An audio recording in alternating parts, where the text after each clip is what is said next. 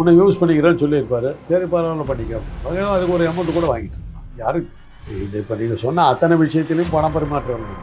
எனக்கு இவ்வளோ கொடுத்தா இந்த செய்தி நீ போடுன்னு சொல்லியிருப்பாங்க. அப்படி தான் உனக்கு ஒரு ஸ்லேட்டு புக்கு கொடுத்துருக்கேன் எனக்கு ஓட்டு போட்டு அப்படின்னு சொல்கிறாரு.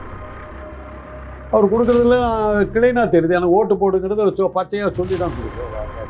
யார் யாருக்கா கல்யாணம் நடக்குது, இந்த பொண்ணுக்கு ஏன் இவ்வளோ பெரிய விளம்பரம் கொடுக்குறேங்கிறது எனக்கு ஒன்றும் புரியல. அது ஏன் மீடியா எப்படி உயிரை கொடுக்குன்னு தெரியல.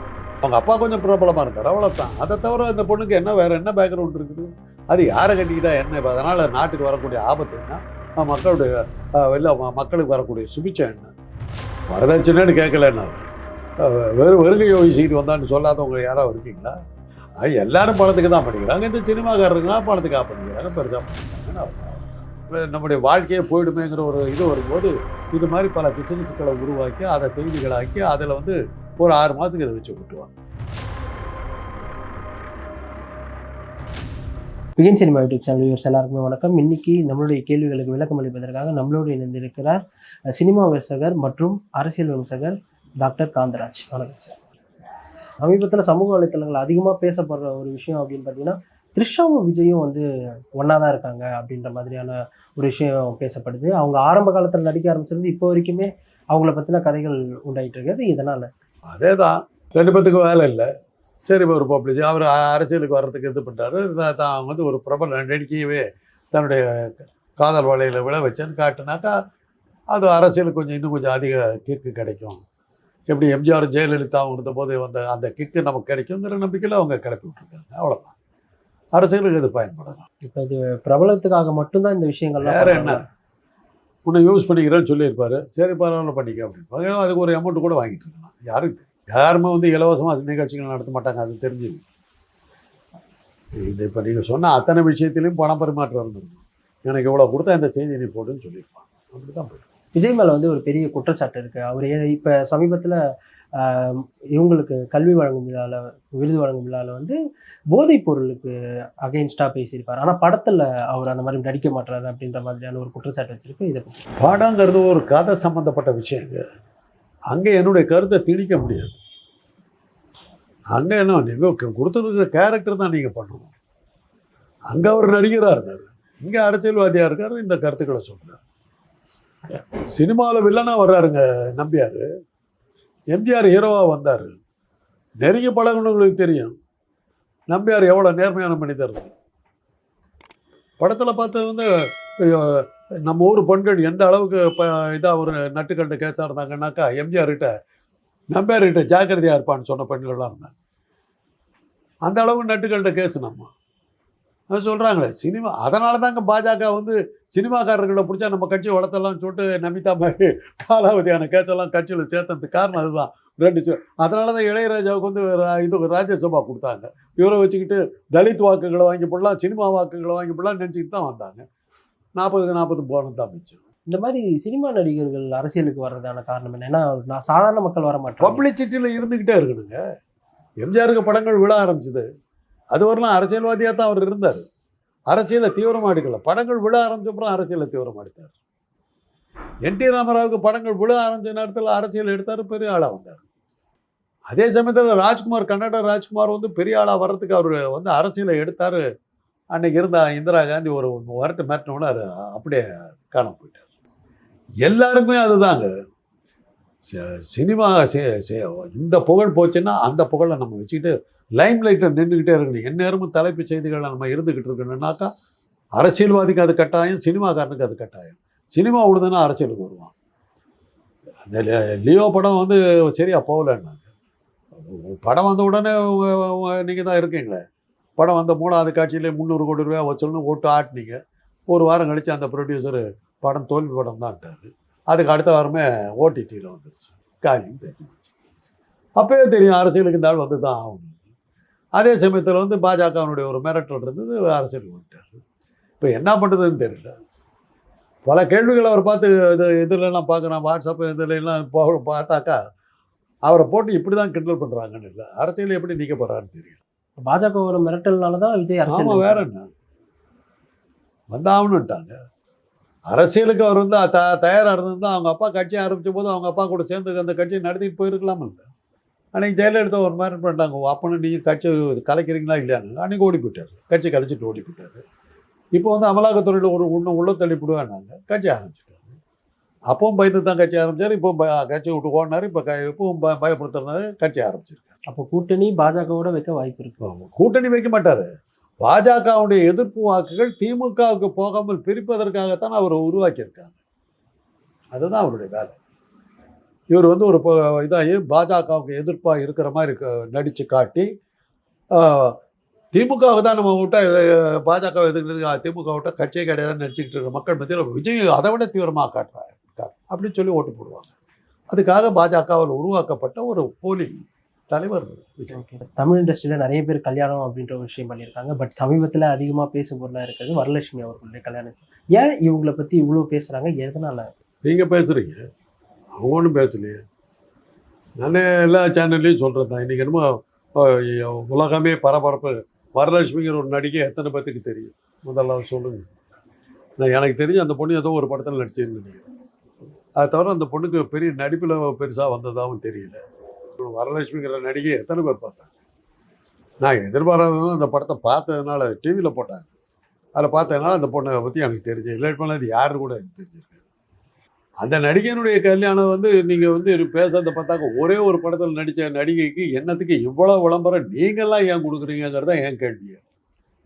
யாருக்குமே தெரியாத ஒரு நடிகை. இப்போ கங்கைவருடைய மகன் பிரேம்ஜி கல்யாணம் ஆச்சு, என்ன பெருசாக விளம்பரப்படுத்திக்கிட்டீங்க? ஆம்பளையாக போயிட்டாரு, ரொம்ப ஆடிப்பட்டு போச்சு. ஐயா யார் யாருக்கா கல்யாணம் நடக்குது, இந்த பொண்ணுக்கு ஏன் இவ்வளோ பெரிய விளம்பரம் கொடுக்குறேங்கிறது தான் எனக்கு ஒன்றும் புரியல. அது ஏன் மீடியா எப்படி உயிரை விடுதுன்னு தெரியல. மீடியா மிக அதிகமாக ஓவராக எக்ஸ்போஸ் பண்ண விஷயமா வந்து நான் வரலட்சுமி திருமணத்தை பார்க்குறேன்.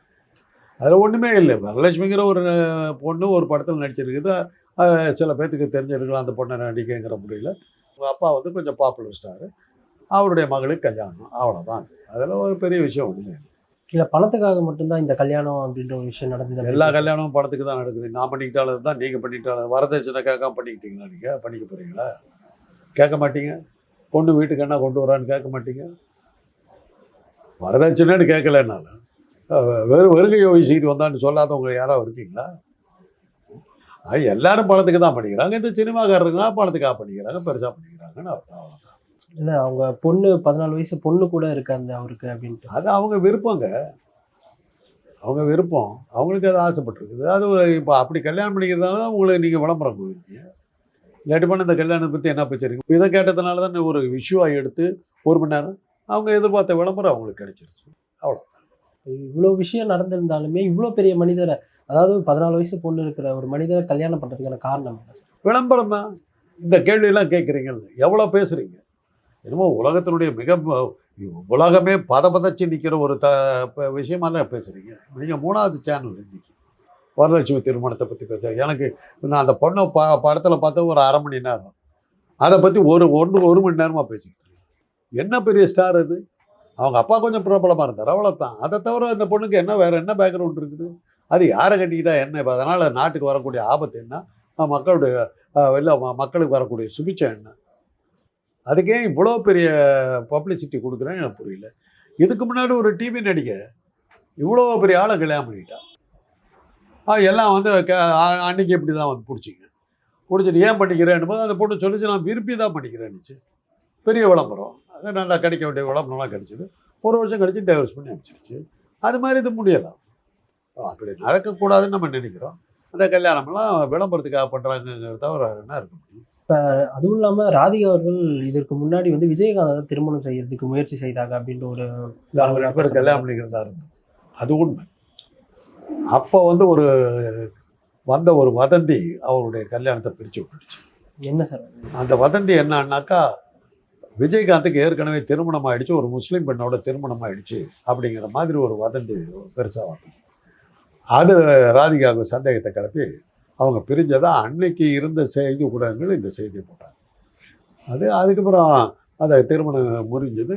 அதுக்கப்புறம் ராதிகா வந்து பல கல்யாணங்கள் பண்ணிக்கிட்டாங்க. ஆனால் ராதிகா அந்த கதை வந்து அன்னைக்கு வந்து பத்திரிகைகளில் அது அடிபட்டுச்சு. இவ்வளோ விஷயங்கள் மாறி மாறி பண்ணுறதுனால இது ஒரு தவறான உதாரணம் ஆகிடாது அவங்கள பசங்க? தவறான உதாரணமாக இருந்தாக்கா அது நின்று போயிட்டு இருக்குல்ல. அது ரைட்டான காரியமாக இருக்கிறதுனால அடுத்தடுத்து எல்லாரும் பண்ணிக்கிறாங்க. அதில் கிடைக்கிற விளம்பரம் தாங்க முக்கியம். சினிமாக்காரருக்கு விளம்பரம் முக்கியம். சாதாரண கல்யாணம் பண்ணிகிட்டு இருந்தால் விளம்பரம் இருக்காது. இதில் நல்ல விளம்பரம் கிடைக்குது. அது அந்த என்ன காரியத்துக்காக அந்த திருமணத்தை பண்ணிக்கிறாங்களோ அது நடக்குது. விஷாலுக்கும் வரலட்சுமிக்குமே ஒரு காதல் இருந்ததா சொல்லப்படுது. ஆமாம், அப்படி சொன்னால் தான் இன்னும் கிக்கு நல்லா இருக்கும். எப்படி சாராயத்தில் வெறும் சாராயம் குடித்தா கிக்கு வரலன்னு மெத்தனால் போட்டானோ அது மாதிரி இந்த கதையை சேர்த்திங்கன்னா மெத்தனால் போட்ட மாதிரி கிக்கு வரும்.